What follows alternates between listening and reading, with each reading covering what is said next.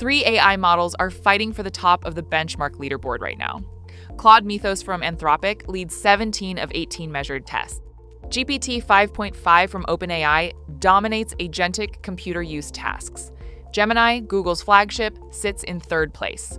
By that measure, the AI race has a clear ranking, and Google isn't winning it. At the same time, Google Cloud just reported $20 billion in revenue in a single quarter, up 63% year over year. The backlog of committed future orders nearly doubled in 90 days to $462 billion. AI-specific products grew 800% year over year inside that cloud business. And Google Cloud's operating margin crossed 30% for the first time in its history. Both of those things are true. Google is third in the benchmark race.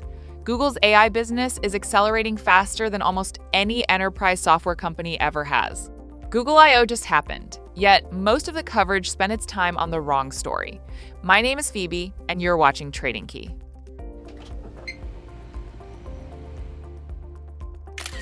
What Google I/O 2026 announced, and why it matters as an investment. Tech Channel spent yesterday covering Gemini benchmark improvements and smart glasses reveals, but that framing misses what Google I/O means as an investment event. The keynote was Google's answer to a specific question that analysts and institutional investors have been asking since the start of the AI cycle. Can Google convert its infrastructure advantage into durable revenue at scale? The three major product lines announced at I/O are directly relevant to that question, and none of them are really about benchmark scores.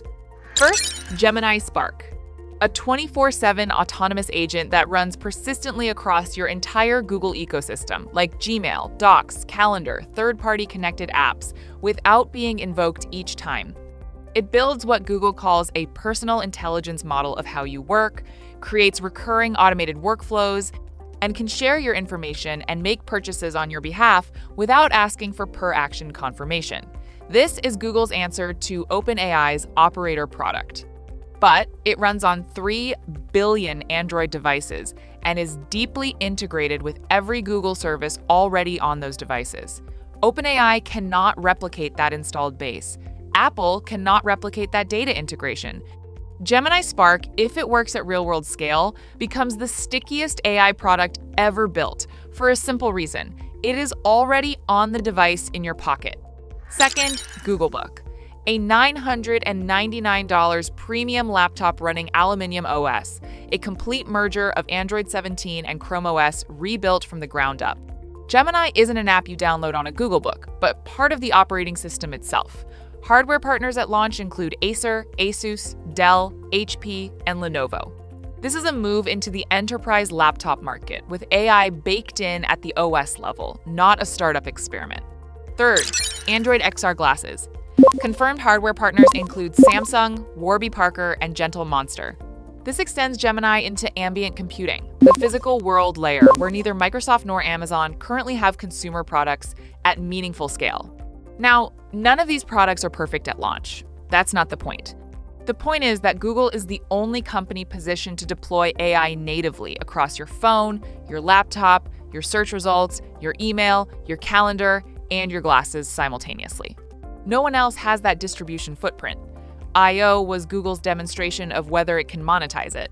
The financial data we already have suggests the answer is yes. Why Gemini being third is not the story the bears think it is. Let's address the benchmark issue directly, because it is the most common bear case on Alphabet and it deserves an honest answer. Gemini 3.1 Pro, Google's current flagship, ranks third in most composite AI benchmarks.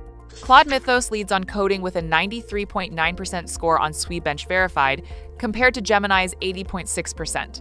GPT 5.5 leads on agentic computer use workflows. If you're a developer building a coding assistant or an enterprise buying workflow automation, those numbers matter. Google is behind on both. But Gemini leads in two areas that matter specifically at business scale. It has the largest context window of any frontier model at 2 million tokens, compared to GPT 5.5's 1 million and Claude Mythos at roughly 200,000. And on abstract reasoning measured by ArcAGI2, Gemini scores 77.1% versus GPT 5.5's 55%. The context window advantage matters for enterprise use cases involving long documents, legal analysis, financial research, and code review across large repositories. And the API pricing is the most competitive of any frontier model at $1.25 per million input tokens, below OpenAI's rates. For enterprises processing billions of tokens per month, that cost difference is not a rounding error. It's a budget decision. The updated Gemini model announced at I/O landed at roughly GPT-5.5 parity, still below Claude Mythos on coding benchmarks. That drove the initial post-keynote stock reaction. But the business is not being built on benchmark leaderboard position. It is being built on price, integration, depth, and the scale that comes from 750 million existing Gemini users. Those are the inputs to the $462 billion backlog, not the SWE bench table. The number that changes how. You should think about Google. Google Cloud crossing $20 billion in a single quarter is not just a milestone. At 63% year-over-year growth, it is an inflection point. Google Cloud is adding more revenue per quarter than many entire software companies generate in a full year. The backlog is the more important figure. Committed future orders doubled in 90 days from $232 billion to $462 billion. Customers are locking in multi-year AI infrastructure contracts with Google Cloud faster than Google can physically build the data centers to serve them. Sundar Pichai said on the earnings call that cloud revenue would have been higher if they could meet demand. The constraint is hardware capacity, not customer demand. Cloud operating margin crossed 30% for the first time, reaching $6.6 billion in operating income, compared to $2.2 billion in the same quarter last year. For every dollar of cloud revenue, 30 cents becomes operating income. That margin will keep expanding as fixed infrastructure costs get amortized across a rapidly growing revenue base. The AI product data inside cloud makes the trajectory concrete. AI-specific products grew 800% year-over-year. Gemini Enterprise paid users grew 40% quarter-over-quarter. Token processing volume hit 16 billion per minute, up from 10 billion in the prior quarter. Customers are outpacing their initial committed spending by 45%. The number of contracts worth $100 million to $1 billion doubled year-over-year. These are not early-stage pilot metrics. They are scaling metrics from a business that is already at $80 billion in annualized cloud revenue. Now, here's the angle that almost nobody is talking about. On April 27, Microsoft and OpenAI restructured their landmark partnership. Microsoft's access to OpenAI's technology is now non-exclusive. OpenAI can deploy ChatGPT and its enterprise products on any cloud provider, including Google Cloud. A $50 billion deal with Amazon was the immediate catalyst for the restructuring. But sources close to the negotiations confirm Google Cloud is in active talks with OpenAI as well. If that deal closes, the largest AI application company in the world would be running on Google's infrastructure. Google's most visible AI competitor at the application layer could become one of Google Cloud's largest revenue-generating customers. The compute economics would work entirely in Google's favor. What Google is actually worth now? Let me give you the bull and bear cases, because both are grounded in real data. The bull case starts with valuation. Google trades at roughly 28 times forward earnings.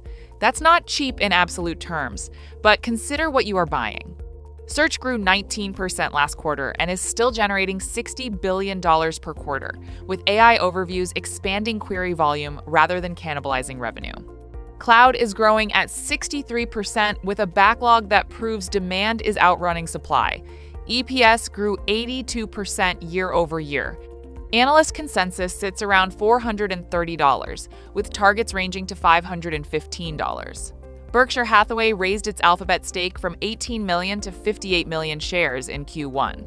If cloud revenue compounds at even half its current rate through 2027, the earnings per share growth makes 28 times look like the entry point, not the ceiling. The bear case is real. Zero-click searches are rising as AI overviews answer questions directly.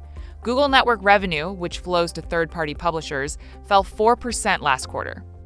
The long-term concern is not next year's revenue. It is that the search monetization model shifts slowly enough that the market fails to see it for a few quarters, then reprices sharply. The EU antitrust risk is also live. Google pulled back from its 52-week high on May 11 as regulatory pressure resurfaced, and a forced separation of Google search would be structurally damaging in a way that is genuinely difficult to model. 3 things from I/O matter for investors specifically. First, the Gemini Spark demo. Did the agent perform reliably in real conditions, or did it look polished on stage and frustrate users in practice? Second, any cloud partnership announcement involving OpenAI, a confirmed deal would be a direct signal for cloud revenue trajectory. Third, the search monetization update. Did Google show advertisers a concrete model for how AI overviews generate more revenue per query than the old blue link format? If I/O delivered on all 3, the $515 analyst target stops looking like an outlier. If Spark disappointed and there was no partnership news, Bank of America's warning about elevated expectations creating near-term downside pressure is worth taking seriously. So, what is your read on what Google showed? Is the cloud flywheel strong enough to outweigh falling behind in modeled benchmarks? Or do you think the benchmark gap eventually catches up with the business? Let me know in the comments below. Thanks for joining me today. If you found this video helpful, remember to subscribe to Trading Key, give this video a like, and share it with a friend who might just benefit from learning this too. With that, I'll see you in the next one.